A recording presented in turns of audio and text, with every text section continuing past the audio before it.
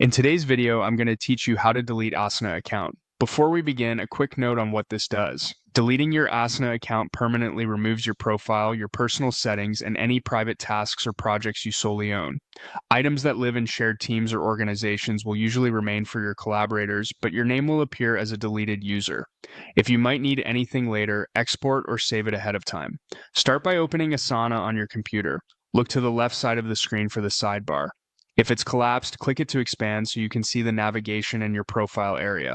Next, move down to the very bottom left corner and click your profile. This opens a small menu dedicated to your account controls. Choose Settings to open the Preferences window. Inside the Settings window, switch to the Account tab. This is where options that affect your overall Asana identity live. Here, find and select Delete My Account. Asana will display an explanation of what will happen so you can review the impact. When you're ready, click Continue with Deletion. As part of the process, Asana asks you to choose a reason for leaving. Pick the option that best describes your situation. For example, not using Asana anymore. This feedback just helps improve the product and won't change the outcome.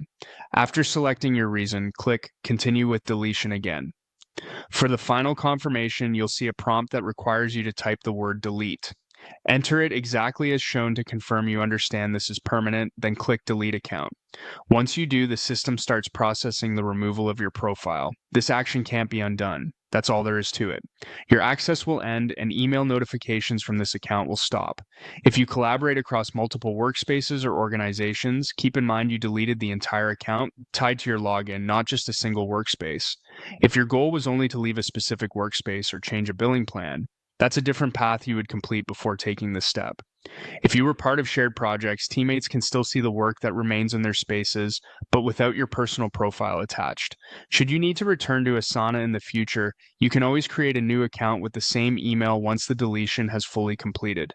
Thanks for watching, and take care.